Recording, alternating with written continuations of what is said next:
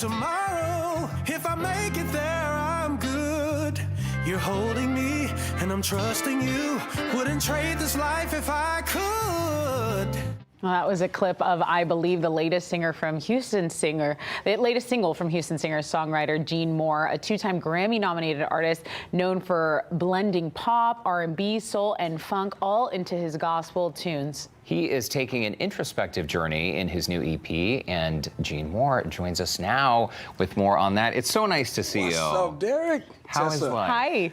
It's good to see y'all again. It's great seeing you, and your voice is beautiful. Just seeing that video is so lovely. Let's talk about the nominations, because the last time we were here together on Houston Life, you told our viewers about the nominations. Yeah. The morning of the Grammys, though, in 2023, your mom passed away. My mom passed away, yeah.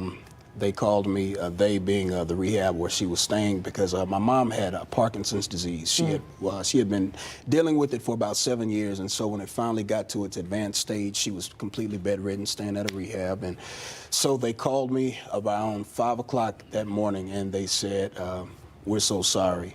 Your mom's gone. She is beautiful. Really? I love seeing these photos of her. I mean, what's it been like for you to process such great success on one hand, but also the loss of your sweet mom? It's bittersweet. It's bitter because my mom was the kind of mother that it didn't matter what I did, she would always make it into some kind of an event. So, you know, if I was in junior high and if I won a trophy, you know, I'm being facetious, a trophy for best yearbook, you know, constructor, you know, she'll throw a party. Oh, my baby won the bet, you know what I mean? So, you know, every victory that I celebrate, I wish that she were here because I can just see the expression on her face. But that's the bitter part. But the sweet side is I want to make her proud. You know, even in death, I still want to make her proud, because one thing about my mom, she was a woman of purpose, and she always lived her life to inspire and to impact, and she instilled that in me and in my sister. So yeah, I just want to make her proud.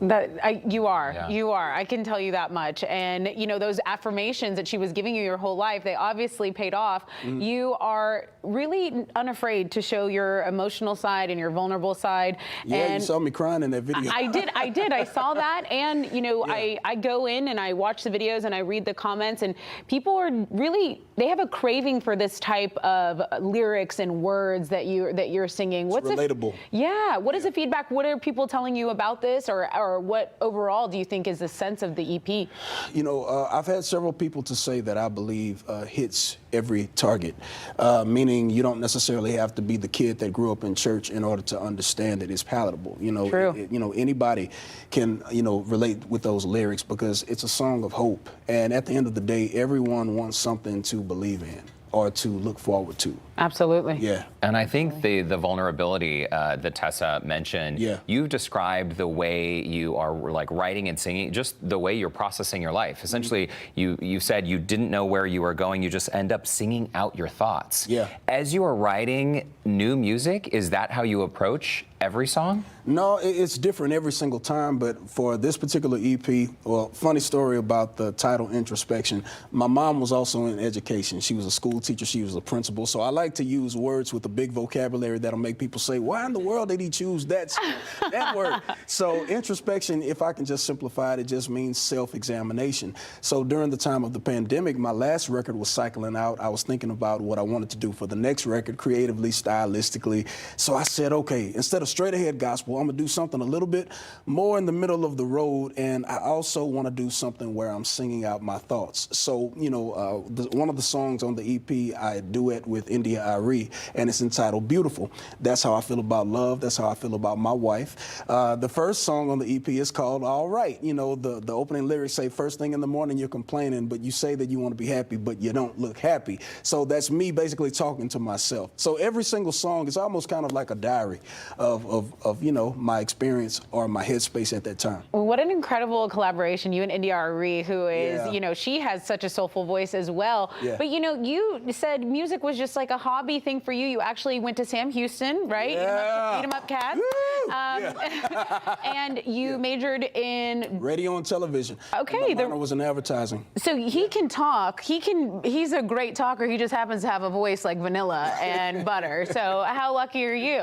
Yeah, well, God brought everything around for me full circle because I'm still in radio.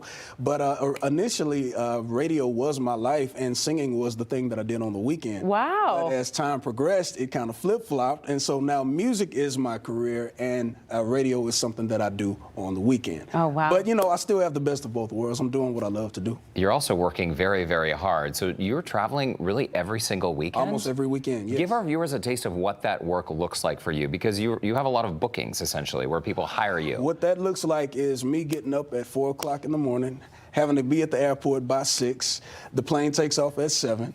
Getting to the venue, having to do sound checks, having to perform, and then having to get back on the plane and come back home. It's not as glamorous as it may seem. Some people may say, oh, I love getting on planes and I love traveling, but it's a lot of energy, a lot of work that you exude, when you're an artist. So, you have to really have the mentality to just be committed to this, because it's not always as easy as people may think. No. Well, luckily you're passionate about the work, and it's fun work, right? Yeah. Where can people listen to you on the radio? I'm a radio fan. Yeah. Yeah. Well, radio, streaming, that's Apple, Spotify, Pandora, Amazon, any streaming platform you can find me. And I'm also on social media. And listen, I just started me a TikTok account. I swore I would never do TikTok, and I ended up giving in. What are you posting on? You can do TikTok. Just don't smash an egg on your kid like all of these TikTokers are doing. Well, why not? That's fun. No, not on the kids. Not on the kids. What are you posting on TikTok, Gene? Well, I just created it like this morning, so I have no followers. You can put this on it. No photos. I have no pictures. Tessa can show you how it works. Yeah, we'll start it with Houston Life. Help me go viral, Tessa. Tessa. Okay. Yeah. Well, get the eggs out again, I guess. Gene Moore, it's so great to see you. And once again, we're so sorry about the loss of your mother, but I think it really is beautiful the way she left such an imprint on you. Yeah. You clearly are the person you are because of her, and Yeah. and I know she's very, very proud. Well, real quick, I carry her with me. My mom was cremated, and so I carry her ashes with me. Oh, that's beautiful. That's a bracelet. It says mom on it. So she's still with you every single day. Yeah. That's wonderful. Gene Moore, it is great to see you. Congrats on all your success. Thank you. Reminder, you can listen to his latest EP, Introspection, on your favorite music streaming platforms. Okay.